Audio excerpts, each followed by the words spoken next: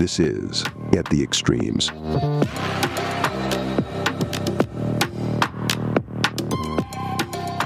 Beloved, welcome back to At the Extremes, the podcast where we discuss the extremes in our society and how we got here. It's not as usual this time, though. I am still here. My name is Greg, as always. But today I'm joined by my PIC. Wife, welcome to the show. PIC. Already, huh? Yeah. All right. So I saw you this morning. You were putting your hair curlers in for me and a pair of pearl earrings and your pearl necklace. That was very pleasing to me. And I want to thank you for being pleasing to me. Please keep that up, as it's incredibly important to me and to my satisfaction. And clearly you prioritize that, right? Correct? Oh, boy. Coming in hot, huh? Yes, ma'am. Second question. Actually, this is the actual real question. Did you ever play dress up as a kid? Like as a girl, like a little girl, did you ever play dress up? Absolutely. What was your motif? What was the thing that you normally did? Wow, Greg. Was there a particular style? Did you do Barbie stuff? Did you do, or were you into Xena Princess Warrior kind of shit? Were you leather and swords and things? Definitely not. Well, I would say primarily dance costumes. That's what I had in abundance, tutus, leotards and such. But I enjoyed sequins. I had it's a real life story. I had a princess gown, but it wasn't really a princess gown. It was a lady's slip. But it was of course. It was pink and satiny, silky with a little lace trim. Mm-hmm. Which sounds really inappropriate, but really it was quite lovely. I'm sure there are photos of me running around. It was like a dress on me, so it was like a spaghetti strap. So it was very feminine though. It was very it was not Definitely, it was very to type. It was very very gender norms. For the mid to late 80s. Well, I think probably even still to today, right? I don't think that that's necessarily seen as a. They very much still push the princess Sure, agenda. yeah. On I mean, girls. Moana's I think Moana is trying to change the scene on that, right? Absolutely. Yeah. Well, that's good. I didn't know that. That's interesting. Well, today we're going to talk about a specific type of dress up in our society that's happening, but it takes it to a whole new level. And then we're going to talk about Cody and how he feels about the roles of women and men in society and how this pretend version of dress up kind of coalesces into something incredibly fucking harmful for both men and women. So can't wait. You ready for that? Absolutely. Here we go. All right. So before we get into that, we'll take a real quick break and we'll be right back.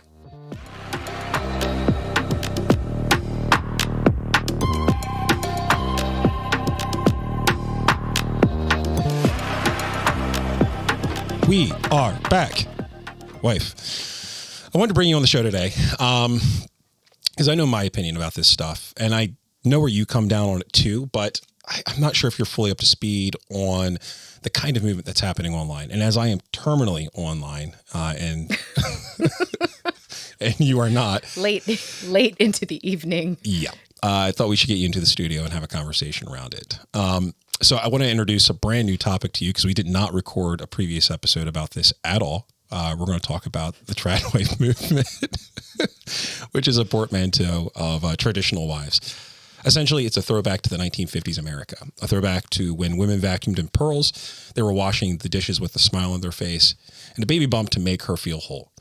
I think that is the the America that Donald Trump wants to take us all back to. I think that that's probably what he means when he says, let's make America great again. That's putting it lightly, but yes. Yeah. I was earlier today, I was browsing on the internet because I'm on the internet all the time. And I saw an interview that JD Vance just recently did where he was talking about how women who their lives are empty without children. He does not know how to get off of this thing. He doesn't understand that most women are not okay with what he's saying. He's banging this drum for some reason. Who hurt him? I mean, his alcoholic mother did, and she's a recovering alcoholic, recovering drug user, that kind of thing. So I know that he's got mommy issues, but he is taking it out on a national stage, and I don't understand why the people who are doing the polling aren't going, JD, slow the fuck down. This is not good for the Republicans. You're going to lose if you keep attacking suburban housewomen. Well, my new favorite thing to say. What's that? Let it burn. Gotta let it burn. Excuse me, sorry. So I was digging around the internet and I wanted to find like the most broadly accepted version. And unfortunately, I ended up going to Chat GPT for the definition on this. Oh boy. Again, I'm online all the time and I've fallen into the Chat GPT thing. So a tradwife, or short for traditional wife, refers to a woman who embraces traditional gender roles and homemaking as her primary responsibilities. This lifestyle typically emphasizes values such as homemaking, child rearing, and supporting her husband as the breadwinner, often aligning with conservative and traditionalist view on marriage and family dynamics. I read that and it like sends shivers down my spine. It's just antithetical to like the balance in our home. You know what I mean? Like our balance as like two individuals, it's just not, it doesn't fit. It never has really, right? Like I don't think we've ever operated like this. No, and you're right. It wouldn't work not with our current work schedules and lifestyle and just different needs, different strengths. You know, like if you were relying on me, especially for 3 square meals a day, like around the I'd clock, starve. You would starve to death. First of all, you'd eat a lot of food out of boxes and bags, and I mean, I don't want to I really don't want to dislike the kitchen as a female, but it's just not my favorite space to be. Like, Sure. There are a lot of other priorities that take precedence over that, and one of the conveniences of it just being you and I, and of course our wonderful furry companions here, is that we don't have to necessarily we can kind of squeak by and do our thing, and I think you especially do a great job of handling the cooking primarily throughout the week, and we do what we can, but I think that most people need a balance there because it can't all fall on one person. That's what it is for you and I think, is the recognition that tasks don't have gender assignments. Yeah. And I think that's the thing that the tradwife movement especially kind of ignores, is that, well, hey, look, this is 2024. This isn't, the economics of the country no longer allow for a stay-at-home person, whether it's a wife or a husband. Correct, yeah. And as a result, everyone has to share the load. Yeah, both with working and with caring for a household and raising children. It is a team and a village effort in some cases. In a lot of ways, right? Yeah. The definition continues on here. Tradwives often advocate for a return to what they perceive as a simpler, more traditional time where gender roles were clearly defined. Again, we don't, in our house, I think we've kind of come down on all right, well, Greg takes care of the trash. That's a thing. Yeah. To the okay, you like to vacuum and wash the sheets and towels, I'll cut the grass and take the trash down to the curb. And we just agreed on those specific tasks. It wasn't ever about, well, that's a man's job. Even if we joke about that. Well, you're the woman, so you have to do this thing. Correct. Right. Yeah. And or you're the man. So, I've shared this with you, but one of my first jobs that I ever had was cutting grass for neighbors. Yeah, that's true. So I can operate a lawnmower. I'm choosing not to at this juncture of my life. Well, I don't trust you to do it the right way, but... There is, okay, anyway. There is a right way to do the yard. It's very clear. I've outlined it for you in the 13 pages that I've written up about it.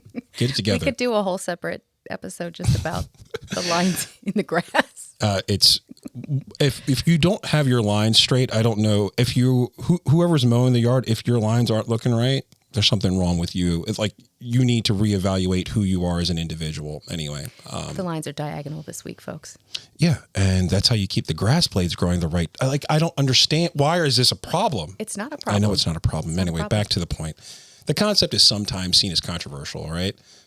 As it contrasts with modern views on gender equality, career opportunities for women, the shared responsibilities, blah blah blah. We've talked about that, but it really is the whole thing hitches on that one thing. And it's pretty specific.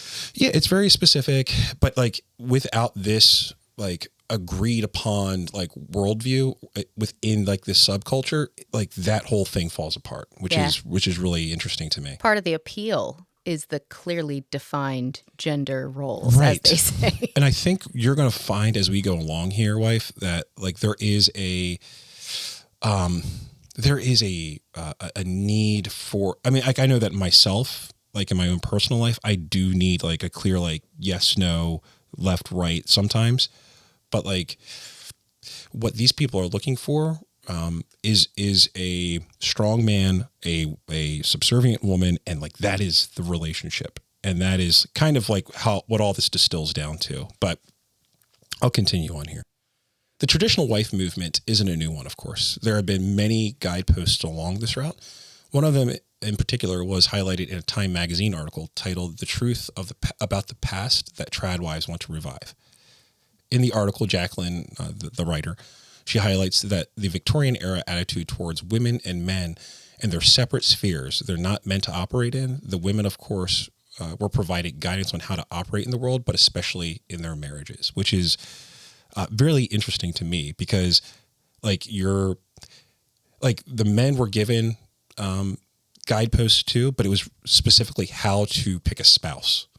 Well, yeah, I mean, that's the whole point of all of this, isn't it? Like, think about dowries, and how women were primed specifically for one purpose, to be married off and then to mother a bunch of children, and to be the homemaker. I mean, that is the quintessential role of a woman per, history. But, then you let women start reading and working and my goodness, I don't know why pure you do mayhem that. now, I mean, they get a lot of ideas. They start talking to each other. Right. They go in the same cycle all of a sudden. I don't think there's any actual truth to that, but we can get into that. Dwight Schrute would argue differently. Okay. So let's get back to the Time article real quick, though. In the 19th century, there was a doctrine I didn't know about until I started reading about this. It's called the doctrine of coverture. Have you ever heard of that? No, I have not. Okay, so Jacqueline notes in which their individual legal identities were subsumed under those of their husbands. The oft-cited legal commentator Sir William Blackstone, some old piece of shit, foreshadowing the refrain of Tradwives today, asserted that wives' submission to their husbands was for her protection and benefit, making her a favorite under the law. So basically the idea being you submit to your husband and you're going to be protected from other dangerous men, the outside world. You don't have to worry about working. We'll take care of it for you. Just shut your fucking mouth and be pretty. I've heard that recently, as a matter of fact. For me? No. It sounds a lot like just vote this one time and you'll never have to vote ever again. Yeah. Right. Is there any crossover there? Yeah. So Jacqueline continues in her article. Under coverture, wives had no clearly defined parental rights, and their bodies were not their own. Marital rape, for example, was not considered a crime in the 18th century and did not become a crime in all 50 states until 1993, which is nuts to me. Yeah.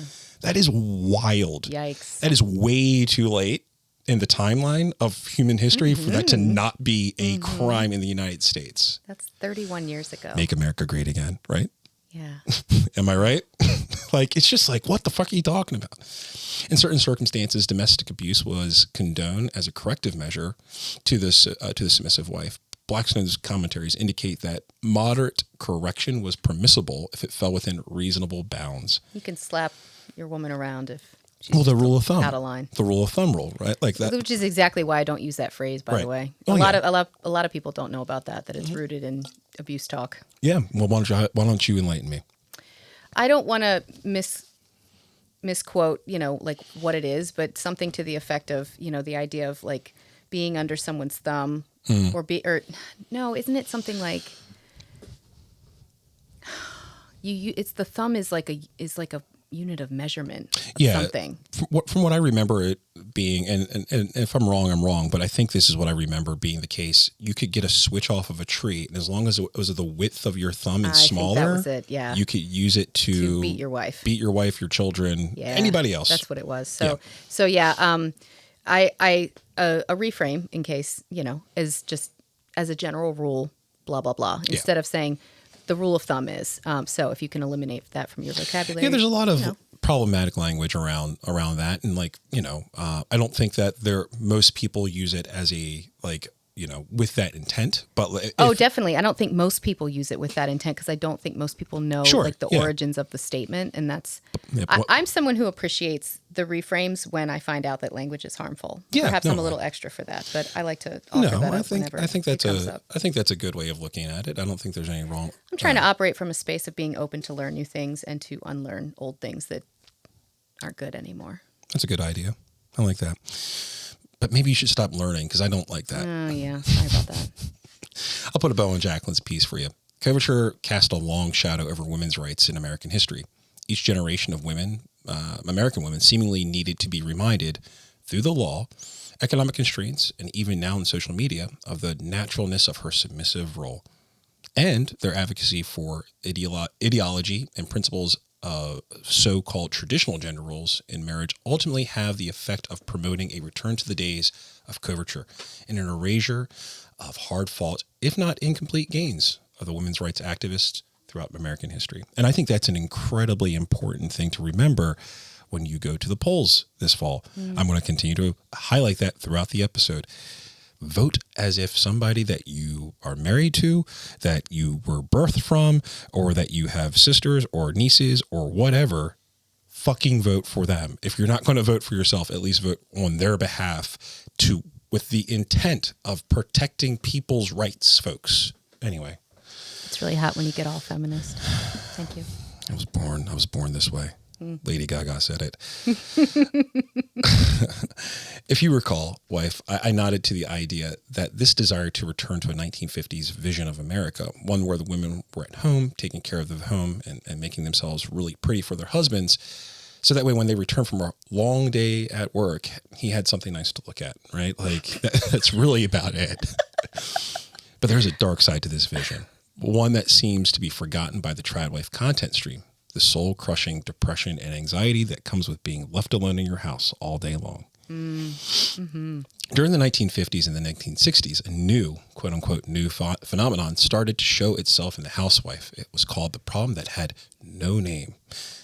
And the pharmaceutical companies jumped into action to help resolve, to fill the market, developing fun drugs that would help women forget about the emptiness they felt, only caring for their children, their home, and their husband. Valium, Milton, and Alibrium. All of these were drugs designed as benzos. How do you keep an unhappy woman from having to feel anything at all? Tranquilize your lovely woman, your lovely patient wife. Make sure she has no reason to complain. Mm-hmm.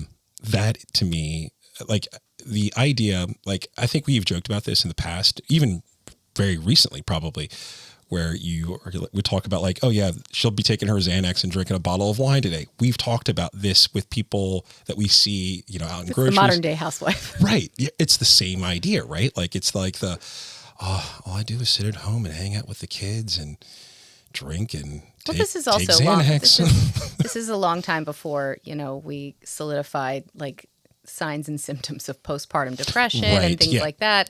Yeah. So women were viewed as hysterical and crazy. Yeah. And so why not just drug them? I mean, and they can be submissive. If it walks like a duck and talks like a duck. Look pretty for their husband. Yeah. Okay. Slumped over, passed out on the couch. We're ready for whatever. Hey, what's going on? There's lasagna in the oven. Oh boy. So I'm sure the influences that are promoting this Tradwife lifestyle haven't really thought about this part of it at all, but I'm sure they wouldn't be against it, I guess. Maybe they're so brainwashed that they wouldn't mind zoning out all day and waiting at the door like puppies for their husbands. They'd probably wait for their husband to make a recommendation for them, like that's true. Kind of like ordering for a woman at dinner, like let's get you on some medicine to make you better. Yeah, I think you need a handful of... I'll just call my doctor. Benzos. Yeah, I think you'll be all right. Yeah, shows up the next afternoon. How wonderful. House calls by doctors. Anyway, before we dive into these influencers, what do you say we take a real quick break? And we'll be right back. Yeah? Yeah. Okay.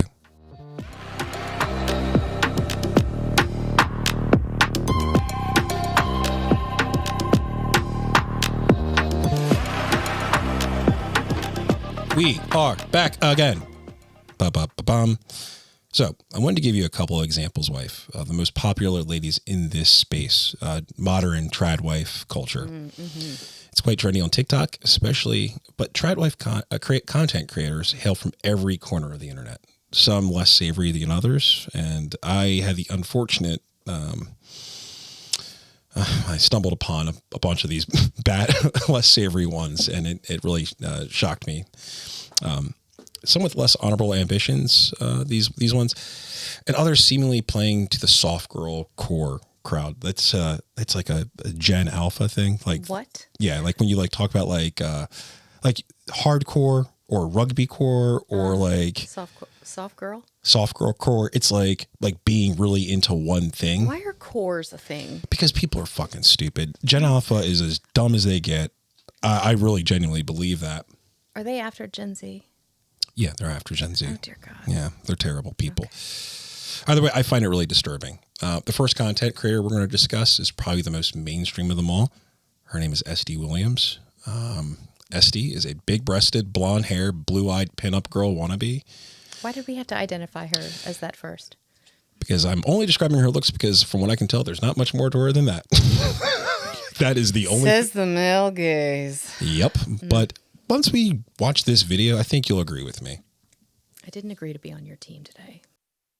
Today, I'm going to be talking about the Tradwife movement. So last year, when I first got my voice on TikTok, I made a video on what is a Tradwife. And in that video, I said that it's not a movement.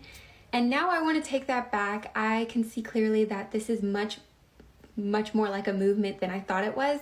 There are so many... So was I wrong in my description, though? Like... I already forgot your description, to be honest, but... Okay. Initial thoughts? I mean, she looks like a doll. Yeah, she's empty-headed. She looks... Well, I don't know if her head is empty. I can't see inside of her head. But I can tell from outward appearances that she took a lot of time to get ready today. Yeah, and she... Hats off to her. Yeah. She spent probably triple as much time on her face, if not more, than I do on most days. Well, good for her. Good for her that she's got that kind of time. Continue. Men and women using their social media to promote and showcase traditional gender roles because they are valued. In a world full of chaos, there is a shift happening where people are becoming more resilient and rebelling against that chaos happening right now. Women are proudly stating that they don't want a career and they want to be a full-time wife and mother. And the truth is, there is no higher calling than being a wife and a mother for a woman. Oh, pause that right there. Let me make this crystal clear. No higher calling. What does that mean exactly?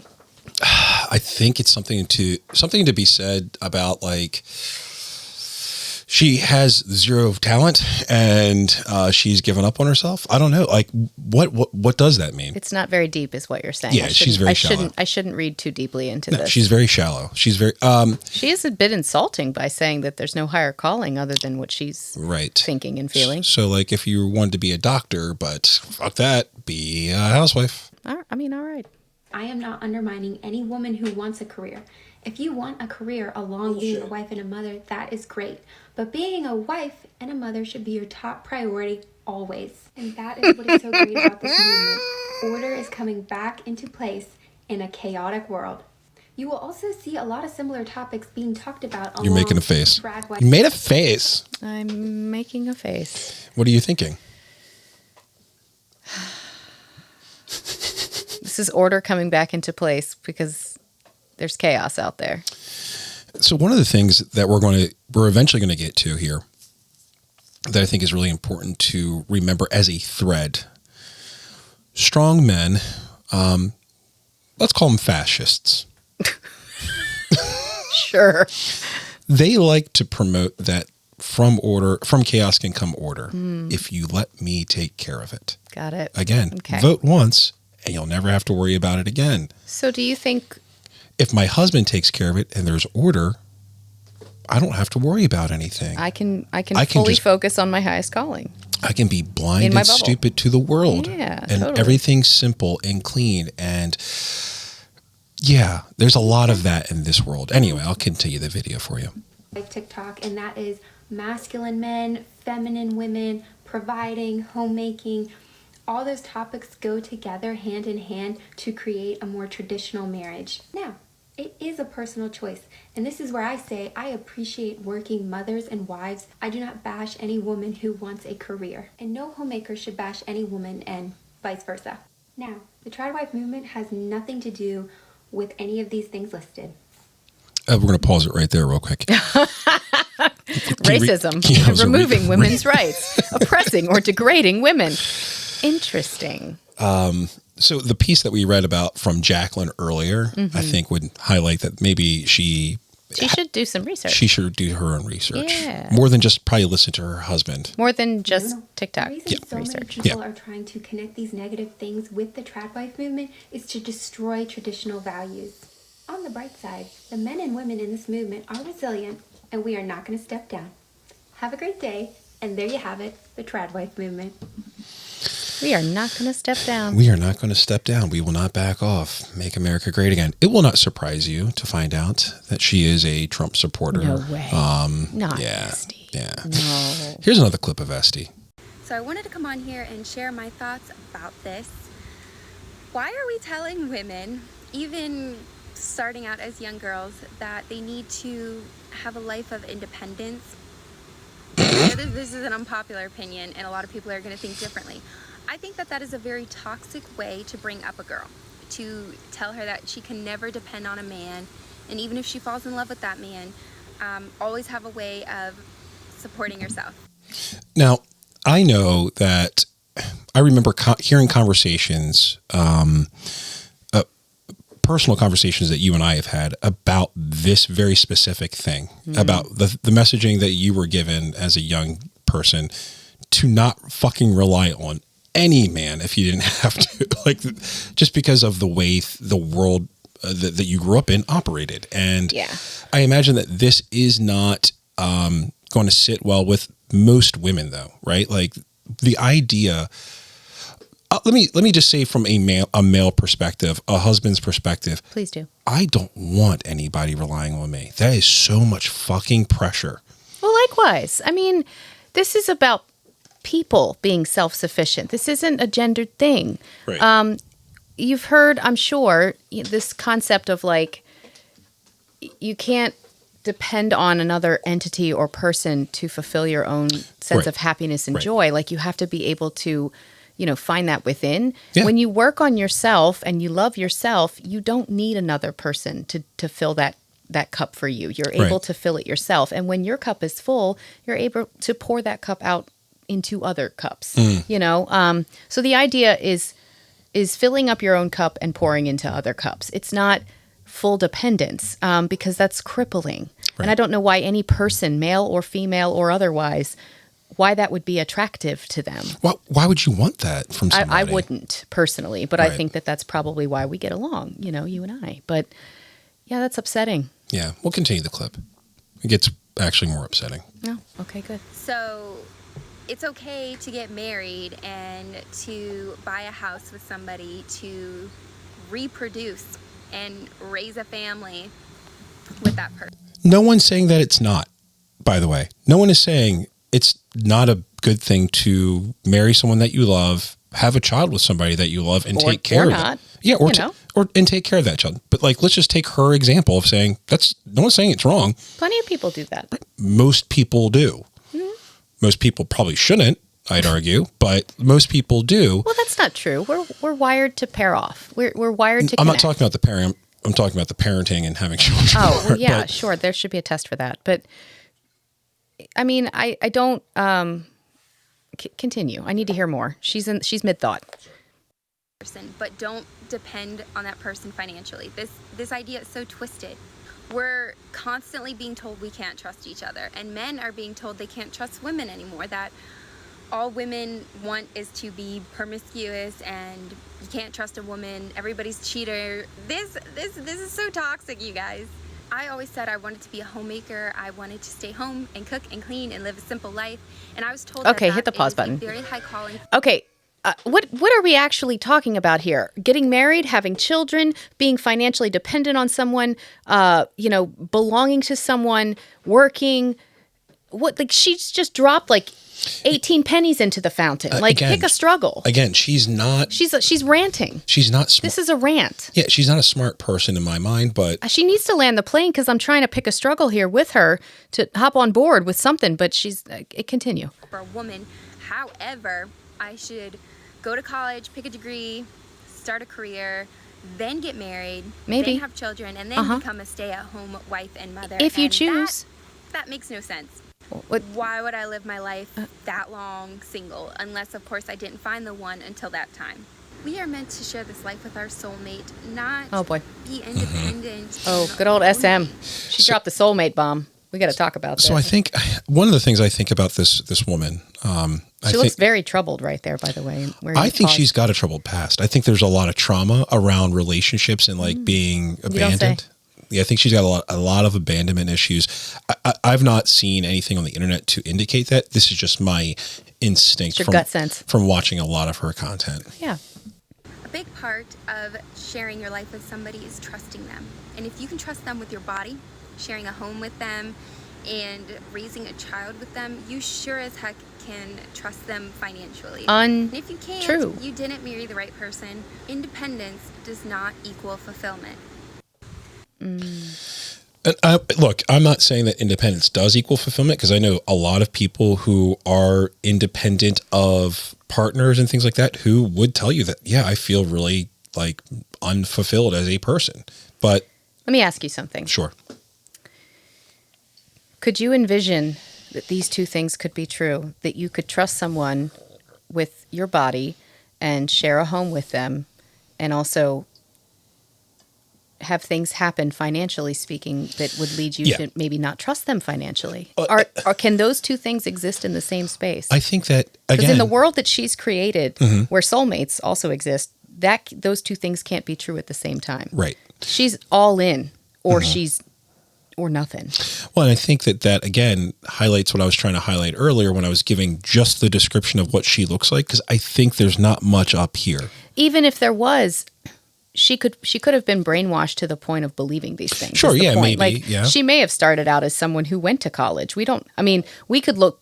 I haven't done a deep dive on her. I'm sure you have, but Yeah. you said there's not a lot to find out about her on the internet. She may have scrubbed her previous life She clean might have, so yeah. that she can maintain this one image. You have control over curate those it. things. Right, Yeah. exactly. Yeah, That's you a can great curate word to use. your brand. Yes, Right. and this is her brand. Yeah. But this video was a little less pin up and a little bit more felt like an honest walk in the park. Let me stop and record a TikTok, and this is the raw, authentic me.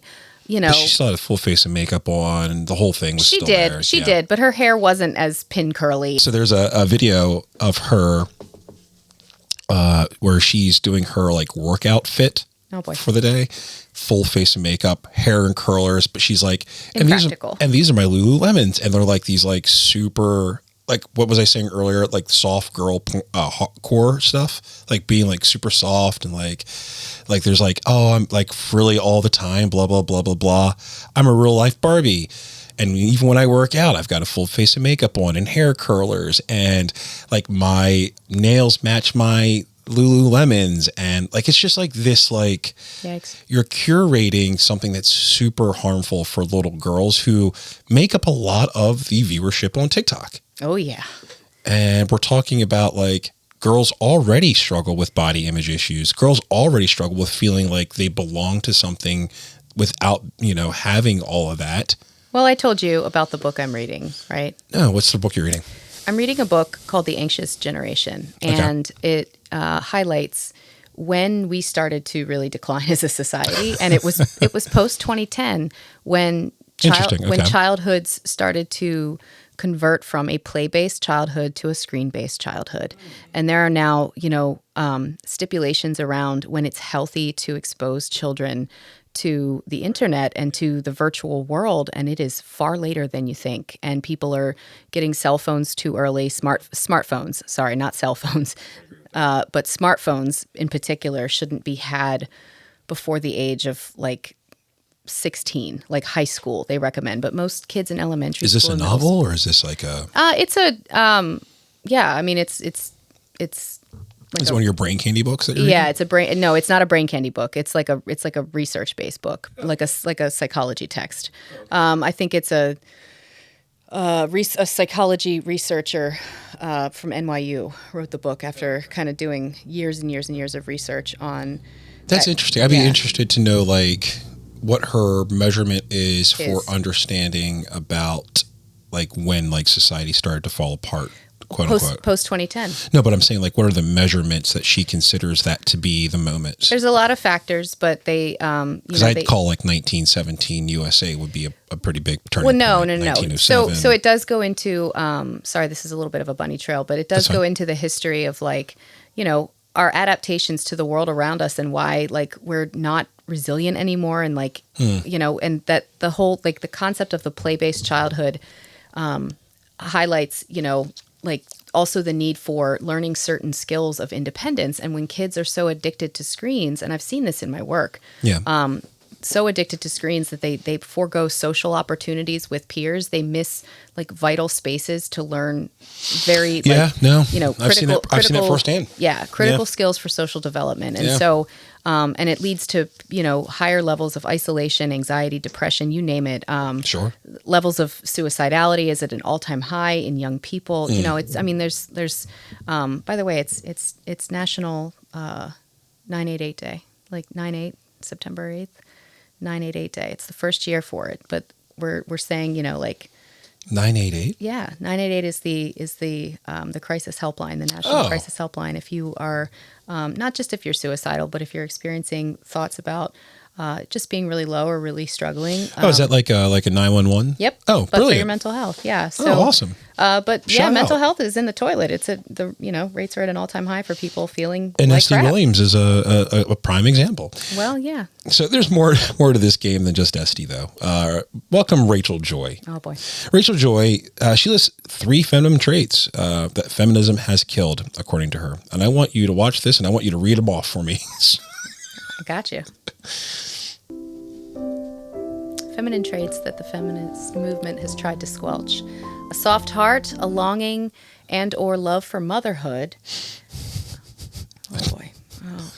A desire to be led, protected, and provided for by the husband. So, I'm going to really quickly give a description of what these 2 look like. So they're somehow found a road that's got no one driving on it. They're giving me Idaho. They're definitely a Midwest family for sure. Mm-hmm. She's a lot.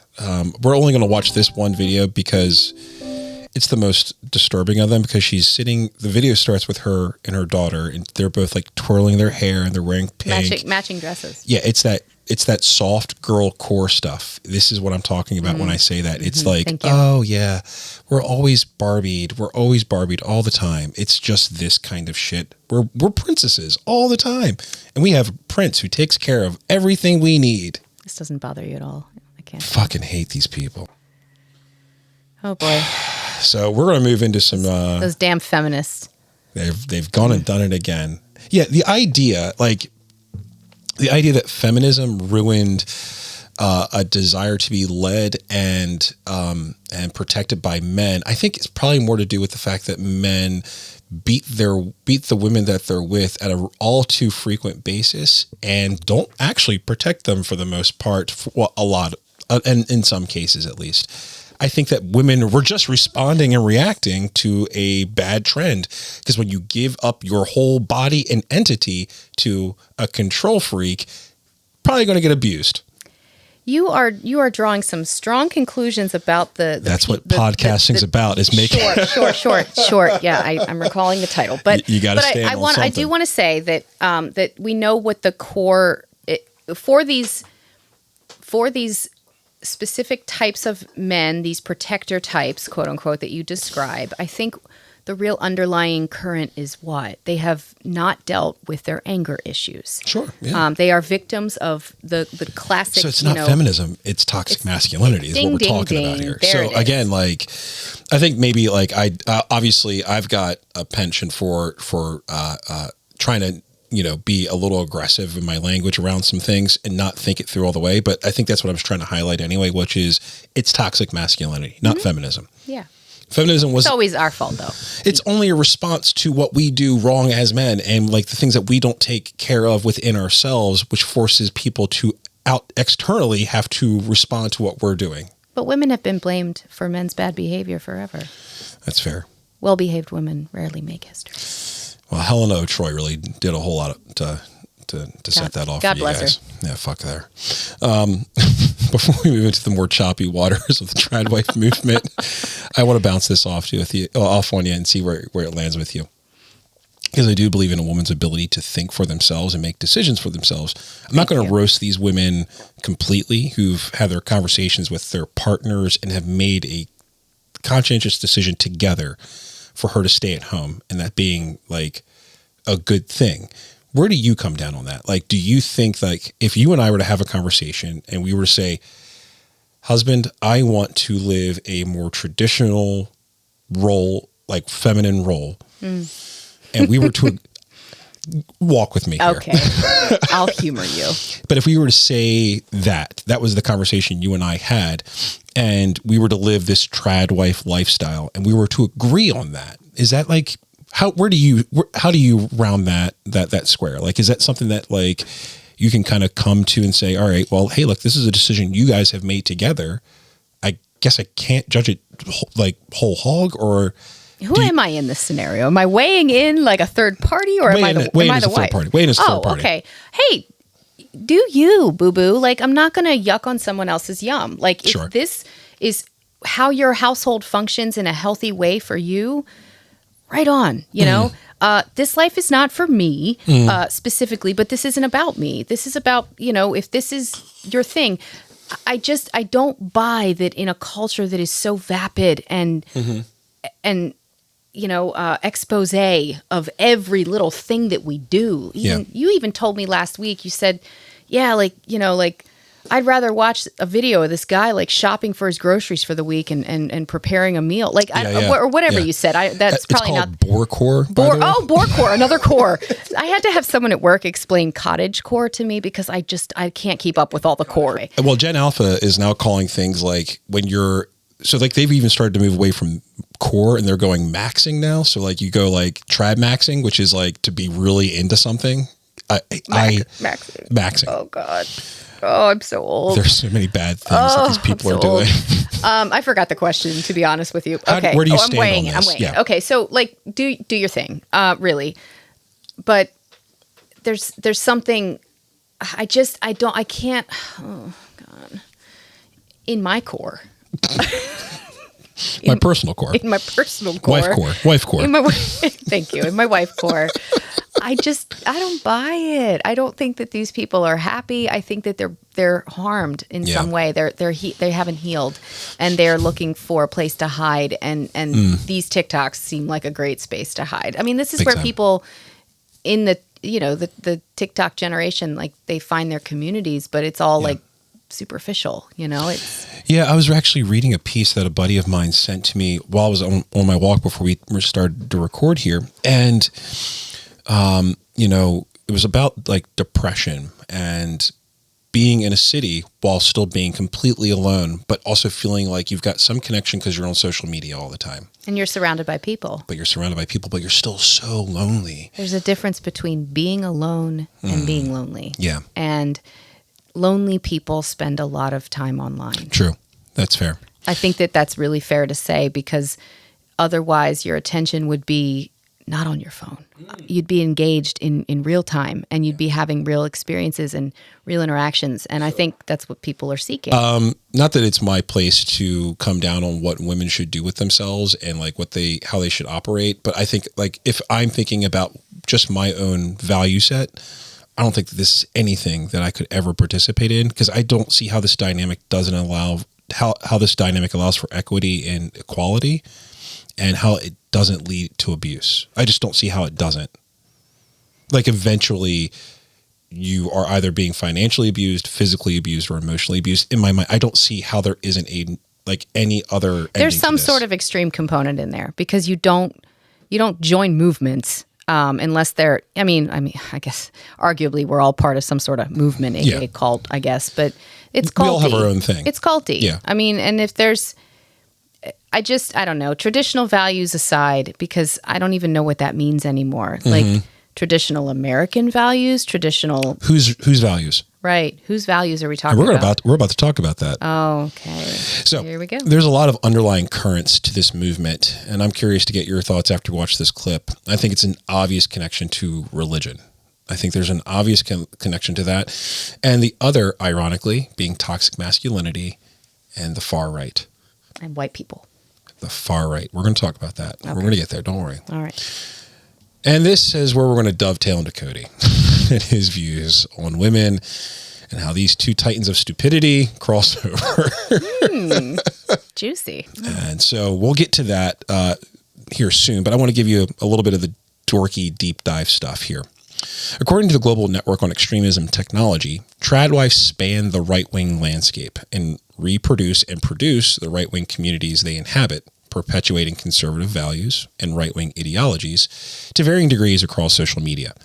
Coined the Tradwife landscape, these women primarily fit into one of three contemporarily used right-wing positions: conservative right, alt-light, and alt-right. Within these positions, Tradwives promote their place in the broader tenets of their various right-wing communities, including religion, politics, the modern militia movement, and online counterculture. So I'm going to show you a real quick graph. I told you. Is this a Venn diagram? I told you. Here? Wow. So this is the Tradwife landscape. We'll go. I'm not going to read all this out, but basically, just for the listener, until you see it for yourselves, it is a recruitment pipeline for what starts off as, bubbly, cutesy bullshit to we're talking about killing Jews now. Like that's like the pipeline that this stuff has shown itself out to be proven, and it's really disturbing. So on the far right, which is the alt-right Tradwives box here, it shows, sharing the content, explicitly advocating for traditionalism, nationalism, white supremacy, anti-feminism, self-identification as a tradwife. So, really baked in. We're talking about the hardest of the hardcore kind of people. Make so it's America great again. Yeah. Make it great. Make it white. Make it white. Make it great. Make it great. So as you can see, these types of influencers fall into one of those four subtypes: religious, political, militia, and counterculture. So I've linked to the article to the show notes, and I highly recommend people listening read into this stuff because it is really good. It's full of really good data. But before we take our next break, I'd like to introduce you to Daisy Cousins, an Australian tradwife, right-wing female influencer. She has somehow hooked herself into the right-wing grift scene in America, hyping the tradwife red pill, hyper-masculine ideals for women, and that's obviously very dangerous. The toxic masculinity space is full of this kind of thing. If you think about like Andrew Tate, do you know that guy? Mm-mm. So he's a guy who he has like an online university, but he got arrested in, I think it's Belarus or the Ukraine or something like that, for trafficking young girls. Oh, fantastic. And there's a video of him that was played in court where he was shown verbally and physically assaulting young women and telling them like what to do in sex positions and stuff like that. He's a gross individual. He has millions of followers across multiple platforms. He's not in jail? He was, and now he's on house arrest. That's cute. Yeah, he is seen. You can see a lot of his. He targets young men, so young boys whose brains are still evolving and developing, and like trying to figure out like he's planting seeds. What does a man look like? We'll take a look at Cody here because Cody has a couple of things to say about Andrew Tate because they operate in very similar spaces. Venn diagram spaces. They overlap quite a bit. Mm-hmm. So Matt Walsh, I'm not sure if you know who that guy is. Again, you're not online as much as I am, but Matt Walsh is like a religious counterculture, toxic masculinity, hyper kind of guy. He's he talks about women belong in the kitchen. Gay men aren't real men. These guys sound great. They're incredibly good guys. And specifically for this show, our boy Cody. Cody Crone. So here's Daisy spouting more traditional tradwife type talking points, but it gets a little darker with her. She believes in strong men, specifically Donald Trump. She is a big Trump supporter. Oh boy. She believes in men being the protectors of society, the ones who keep everything together. Why are women telling her that she is somehow subservient to her husband when they very clearly have equal but different roles? Well, I'll give you two reasons. So you can see the background there. It's a Make America Great Again hat. Louder with Crowder. That's probably somebody you're not really familiar with either. Louder with Crowder. He's another one of these male chauvinists who operates in this space, who very recently got his kids taken away from him because a video came out of him verbally abusing his then pregnant wife. So he's a real piece of shit too. And I'm not going to say what should happen to him. I like her getup. Yeah. Again, it's all like this like pearl, like 1950s look. But she really does have the pearls on. Oh, no. Yeah. It's like she's got like pearls in her hair too. It's like very like stained glass. It's like very 1950s vibe, right? Like this is what they're known for. And in the pack. And when confronted by a woman who not only makes time for herself, her kids, her husband, helps run 2 family businesses, and manages to look like this, the most insecure among us will most certainly lash out. There have been 4 generations of women now who have had drummed into them that the surefire way to female happiness is to have a high-flying career and a husband who does all the housework. Obviously, that is not the case given the steady decline of female happiness over the past few decades. When faced with a woman who seems decidedly happy and absolutely not oppressed by making different, more traditional choices, why are women telling her that she is somehow subservient to her husband when they very clearly have equal but different roles? Well, I'll give you 2 reasons: guilt and jealousy. Jealous much? So, thoughts? Well, she's something else. Yeah. Daisy's do a dollop with Daisy, I guess. I don't know.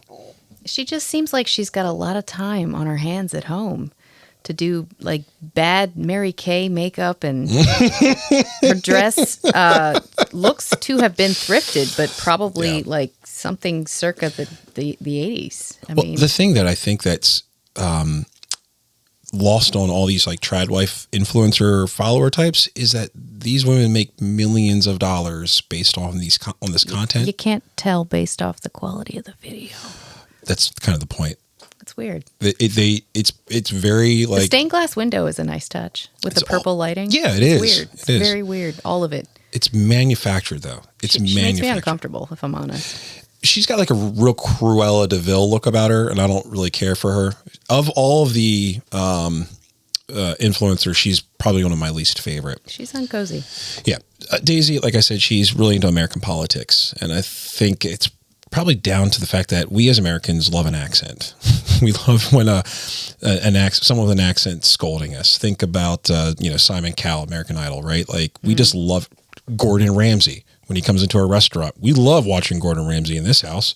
We love watching him tell American chefs that they're bad. But the left is to blame, right? The left is to blame at the end of all of this, and they will be the cause of the next civil war. I want you to check out the video where she praises J.D. Vance and by being picked by Donald Trump. And let's see how eagle-eyed you are in this video. I'm ready.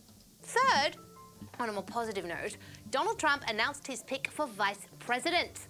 The wonderful Senator J.D. Vance from Ohio, a true example of the American dream, is the pick. In solidarity. What did you see? She's got her ear bandaged. Beginnings I love that. Good eyes. Addiction, J.D. pulled himself up by his bootstraps, and now at the tender age of 39 is the Republican candidate for vice president of the United States. And as for Donald Trump himself, he struck a strong but reflective figure when he attended the RNC convention and gave a deeply moving speech on the final night. On this journey, I am deeply honored to be joined by my amazing wife, Melania.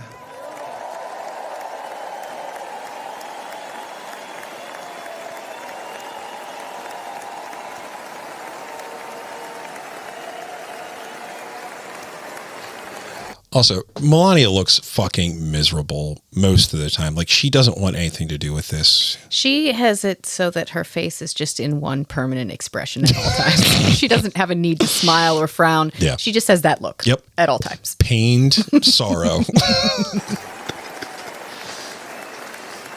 Also, with a touch of embarrassment. Wouldn't you be? Uh-huh. With that bandage on his fucking ear. You also did something really beautiful, a letter to America calling for national unity, and it really took the Republican Party by surprise. I will tell you, it was beautiful.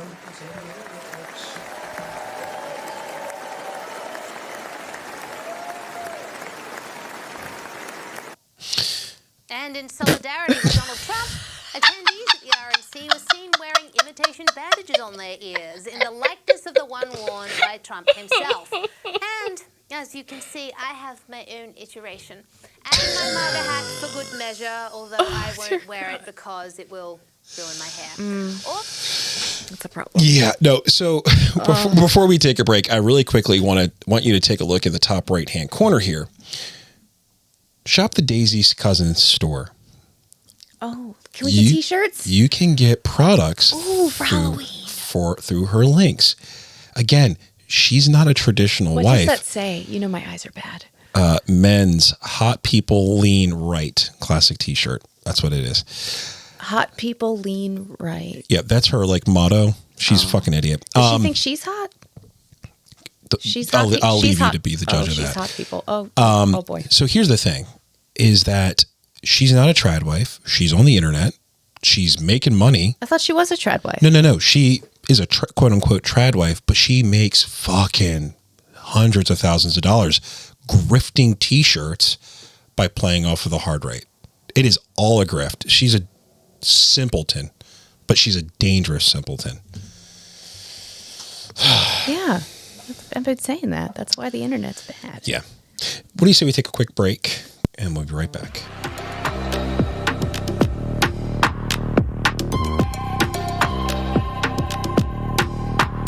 And we are back again. So there are quite a few women that make up this space, honey. But I want to wrap this segment up with a quote from the New York Times. Okay.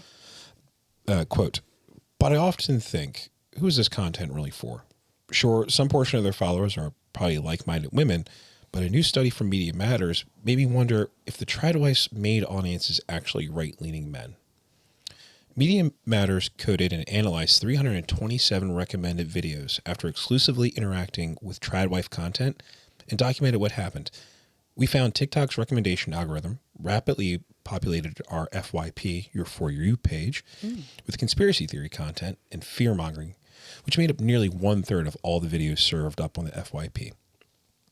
After interactions with Tradwives, the study found TikTok's recommendation algorithm also served up 19 videos featuring extremist right-wing media figures like Alex Jones and Nick I'm a Nazi Fuentes. Quite literally a Nazi, a Catholic Nazi. Social media plays a gigantic role in the proliferation of Tradwife content, but you can see in our politics. For instance, The Guardian wrote a piece in July of this year.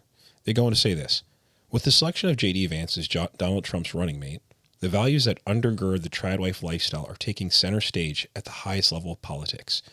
Vance has fashioned himself as a champion of the so-called nuclear family, disparaging the sexual revolution and divorce. Oh, that's what he said earlier today, I think. Well, that's the clip that I saw earlier today, that women in abusive relationships should stay in abusive relationships to protect the children. Did you see that? No. I'm really glad that I didn't. Yeah. As a matter of fact. Yeah. So, like I said, he's fashioned himself as the champion of the so-called nuclear family. Days after the Supreme Court overturned Roe v. Wade in 2022, Vance tweeted, "If your worldview tells you that it's bad for women to become mothers, but liberating for them to work 90 hours a week in a cubicle in New York, at the New York Times or Goldman Sachs, you've been had." He also suggested that Kamala Harris, who is likely to become the Democratic nominee — this was written before Joe Biden abandoned his post as the nominee, ended his presidential campaign on Sunday — should have political power because she does not have biological children. Love that. Continuing from the New York Times, why have we let the Democratic Party become... Oh, no, sorry. This is J.D. Vance being quoted by the New York Times.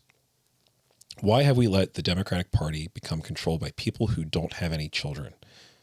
Well, he basically canceled out his own previous statements because women shouldn't be working 90-hour weeks, but yet because she doesn't have biological children, she shouldn't be working? Like, which is it? Yeah, you can't have it both ways. Again, pick a struggle. Right. You can't have it both ways. Right. I agreed, 100%. Women aren't allowed to have a career. No. I mean, that's the messaging. Really what it comes down to. Yeah. I agreed. It's not favored. It's not the highest calling. Yeah. And he continues on in his quote, why is this just a normal fact of American life? Vance asked during the 2021 Virginia talk that the leaders of our country should be people who don't have personal and direct stake in it via their offspring, via their own children. Keep in mind, Harris has 2 stepchildren. So it's not like she doesn't have people that she's, caring for, even if they're not still, biological children. But I mean, when you are the leader of the country, why is your own personal stake the most critical qualifier? Well, again, because these people are narcissists. They are. They must be, because it really isn't about you when you're in that role. Right. Well, at least it shouldn't be. I want to play you a real quick clip from J.D. Vance from this conversation that he had in Virginia in 2021. Made in that speech is that we should care about the fact that there aren't enough American families. There aren't enough babies being born in our country. And of course, the Washington Post said that when I said there weren't enough American babies being born, what I must have meant, what I had to mean, is there weren't enough white American babies being born. And it was one of the first introductions in my life to really how vicious the media could be. I'd been criticized by the press before, but when those remarks were interpreted by the Post in that way, I lost business contacts, I lost investors. It actually affected my life materially. And what it made me realize is 2 things. First of all, courage is really important. And second of all, courage isn't possible without good friends and friendship. And so many of the people in this room, I even looking out at you now, I see so many good friends who have helped me be courageous in this moment in our country's history. It's so necessary and so important. So thank you. Thank you for having me, and thank you for being leaders in this movement that all of us care about so much. So, pardon. So he's got his wife, and I don't think that she should be like the aim of anything here, because she has nothing to do with Vance's words here. But his own wife earned a law degree from Yale University Law School. She also has a master's from Cambridge University. She clerked for, unfortunately, Brett Kavanaugh before he joined the Supreme Court. And up until JD's nomination for the vice presidency, she worked at a law firm that described itself as radically progressive. Usha, which is her name, she resigned from the firm the last week, or I guess at this point, a month and a half ago, 2 months ago, to focus on supporting the family. Tradwives are trending, and Vance is rising, as the United States is being roiled by fights over gender rights, which are only set to intensify if Trump and Harris go head-to-head. American women are grappling with the backlash against abortion rights, their economic mobility, and feminism itself. They are also dealing with the failure of U.S. social programs to keep up with rising costs of living or to provide meaningful support for working moms. As of 2023, the United States was one of only 6 countries on the fucking planet, as well as the only rich country, the only country that's modern, that did not offer any kind of national paid leave for moms. Mm-hmm. If he gets in, along with Donald Trump, they're going to make sure that remains and maybe even walk it back even further. Yeah, definitely. I think that's without a doubt. Yeah. It will get much, much worse. Yeah. It's already bad. I mean, since Roe v. Wade was overturned just 2 years ago. Yeah. I saw like an image of a map of just like all the states that had been impacted by outlawing abortion in the state. And you can imagine the sheer amount of people, running for border states, obtaining like pretty covert medical care and doctors risking their medical license to help people. Like, it's a war on women's bodies out there. I mean, I'm not even like, I'm going to put that statement and I'm going to put it in a sealed vacuum space and say, I'm not even going to even touch that. When you think about like, your job as a doctor is to provide life-saving care. Mm-hmm. And you go, well, if I give you this medically needed procedure because it's either you or this dead fetus, I'm sorry, I can't. That's bone chilling. And the fact that it goes against their oath. Yeah, it absolutely does. Goes against the oath that they took. Yep. And if there are people in our country who can hear those stories and still think that this is the right way for our society to move, I fear that we are lost. So, honey, let's talk about Cody. We've discussed Tradwives. Cody takes it one step further. He calls his wife a trad con, which there's so many fucking stupid abbreviations that this asshole plays to. But when you spell it out, it's traditional conservative wife or partner. They don't use the term partner, though. No, probably he would probably use the term slave before he used partner. But My submissive. my conservative, Beloved, my submissive. homeschooling conservative wife. I want to open with this clip, though. In this clip, Cody lays out his thoughts on women and their role in a relationship. Oh, let's do it. While this plays, I want you to think about the New York Times quote that we just reviewed. This content that Tradwives are making, finding inspiration in, and it's a circle. It's a self-feeding. This is a bubble. It's a loop. Yeah. Yeah. You want God to bring you a man? Are you learning to cook? Are you learning to sew? Are you learning to educate your children? Are you looking into homeschool curriculums? Do you know how to wash? Do you know how to support a man? Have you taken a bookkeeping class so that if he has a small business, you will be an asset to him instead of just a massive liability?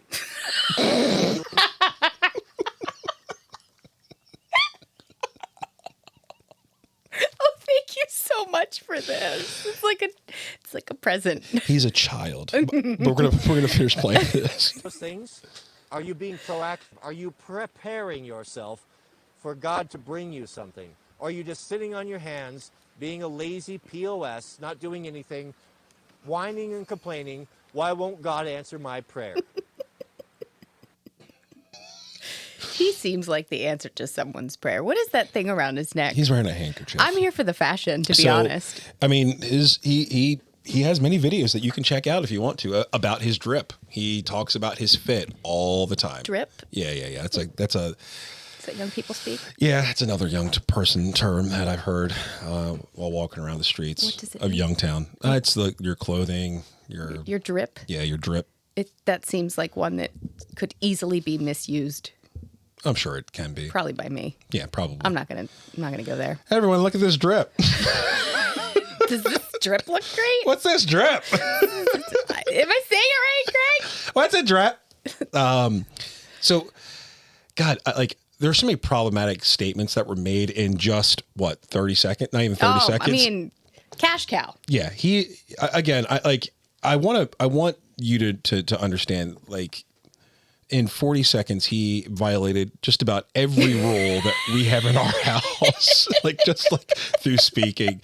But also, he looks like a fucking clown. Well, I'm triggered when are you learning to sew? Are you learning how to wash? What? What are you talking about, Cody? I mean, specifically. What are you washing, Cody? Right. Oh, man. Yeah. Yeah, this is part of the anti-Wranglerstar subreddit, and there are a couple of quotes, not quotes, but comments that are underneath of this, and one of my favorite ones is, "It's totally performative, 100%. He would not get away with treating his wife the way he describes, and he doesn't. This is performative. It's 100% a performance." But when you think boomer show, oh, dude, he's such a boomer. He's such a boomer. He is such a boomer. It's an enclosed feedback loop, though, right? If you're a young girl who gets caught up in this cycle, or even an adult man, you can find yourself with this kind of content being pushed on you constantly if you watch his shit enough. My algorithm is fucked. It is. Thankfully, you don't really participate in these social media platforms. You're doing research, so yeah. It's not like it's really tied to you in any way. No, yeah, it's all tied to the show's account, but it's still when I go to look for stuff. Oh, it knows you. Yeah, it's got your number. On my own personal account, it still filters. You know what I mean? Because it's tied to my devices and yeah, and but you can see its way in. You can see how you can radicalize really quickly if you're a young boy. Well, a woman right for the picking. A woman who's worthy of my attention needs to know how to sew. She needs to know how to cook. She needs to know how to wash. She needs to know how to do my books for me. I need to be able to just go out and do whatever the fuck I want. Let me take it a step further for you. Go for it. Young youth gets angry when they don't find said woman out there. And then they start. And then they get angry. Mm-hmm. And then they shoot up schools. Incel culture. Because no woman's worthy of my time. Yeah. So you can see how dangerous to society can be. Like you said, it has a natural ending to all of us. Yeah. Cody wants to share with you, wife, how he got Mrs. W. and shaped her into the woman that she is now. Oh goodness, we have a super chat from Be Oh, Strong. do you know what super chats are? Absolutely not. Okay, so like when you have a YouTube account, you can, in order to monetize your account even further, you can add a chat function to your video, and if you pay for your comment to be read, it gets bumped up to the top, and as a result, like the Grifting again. yeah, it's another way to just get more money. Oh, absolutely. So read my comment. As the content creator, you're like, okay, well, I'll read this comment. And even if you don't address it, you've read the comment. So like you're still getting like $6 or whatever it is. Wow. Yeah. It's how did you find such a traditional wife, and how you do maintain a structure of your relationship? Sorry if it's off topic. Love your content. Bet you do.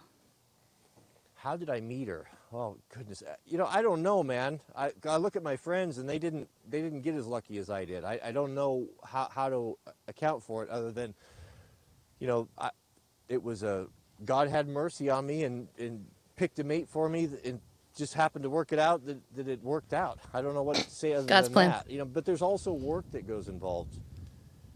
It's involved with it, and it wasn't always this way either. Mrs. W was. Of course, went to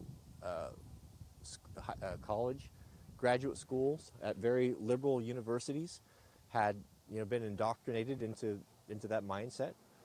So there was, when we first met and first started, I've always been a very unapologetic towards my conservative beliefs, and she knew right off the bat. And what you'll typically find with women is that This is the part there where it gets real fun. What you typically find with women, and when Cody starts saying things like that, you know it's about to take a real hard turn right. I'm ready. We're about to go right. Giddy up. they're much more they'll much more go with the flow or conform to societal norms or whatever is the majority. They don't. A lot of them don't seem to hold like a real strong core values. They're a little bit more flexible with these things. And most times, a woman that's married to a conservative man will almost always come around to that way of thinking. When she starts seeing the resources that her husband is going out and fighting for, and how much effort it takes, when she starts seeing other people's hands in those resources taking from her family, she will become a conservative, and she won't be so willing to be giving everything away to all of the poor people and the downtrodden in the world. So, that just... So go ahead, please do. Oh, no. As the head of this household, yes, thank you for... I submit to you. Thank you. Thank you for bending the knee. Mm-hmm. So, I felt gross saying that. So he touches on he made a couple of problematic statements there. Just a few. When you see the poor, destitute people taking from you, like, it's just like, dude, you're supposed to be a Christian. Like, the whole thing about you being a Christian is to, I don't know, give to those those in need and who have less. Those people. Yeah, fuck them. Second of all, when she sees how much work I'm doing, she should fucking shut her mouth and do what I tell her to do. Well, when she's a floozy for a little while, she'll eventually come around and hop on this way of thinking. I mean, so much. Yeah. So much good stuff in there. Well, we still have 50 seconds I'm left. ready. kind of the way that it works. So but it's too big of a risk. I'm not saying that you've got a crazy lefty that you think is going to turn around because you're going to hold masculine frame long enough and win her over. That may or may not be the case. It also depends on the influences. Who is she around? If she's still around her feminist friends and friends that hold those ideals and that are dragging you down and talking bad about you behind their back, they're going to poison her, and there's nothing that can save you. You have to put her and yourself in an environment where the value that you want her to stand for, traditional or what have you, that is celebrated, and she's not going to be made fun of or looked at as an oddity. So the country, off the grid, find yourself in a position where the other women feel that way as well. So you definitely highlighted something there at the end that he was talking about, which is just isolate her. Mm-hmm. Pull her away from those awful feminists. They're poisoning her. Yeah, pull her away from the rest of her, like the community that she grew up in, and isolate the fuck out of her. And one of the tenets of abuse. Also, one of the tenets of running a cult. A little bit. Yeah. A lot of crossover. A lot of Venn diagrams here. Lots of crossover here. I do want to take a real quick pause from the Cody sphere real quick. And I want to talk about something that I found while I was kind of looking through this and trying to figure out like how do I want this script to go? How do I want this conversation to form? And I found an interesting theory while coming through it. It's called toxic femininity. Have you ever heard of this? Are you familiar with the idea? I don't think that's real, but enlighten me. So there's this gentleman. His name is Stephen Whitehead. He's an internationally recognized expert on gender identity and toxic masculinity. He's actually a flaming feminist. He is firmly against toxic masculinity. He's they're doing the Lord's work. Yeah, he's really trying to break this thing down and to Bless make you, it. Stephen. Yeah, he's actually. I've watched a lot of his stuff on sounds YouTube. Great. Yeah, he's a really, really interesting guy. So he defines toxic masculinity as such: hegemonic. Toxic masculinity is a form of male behavior and expression of male identity that seeks to reinforce men's power and patriarchal values, based on the characteristics such as competition, ambition, self-reliance. Sure, this sounds like Cody to you. Physical strength, aggression, and homophobia. All my favorites.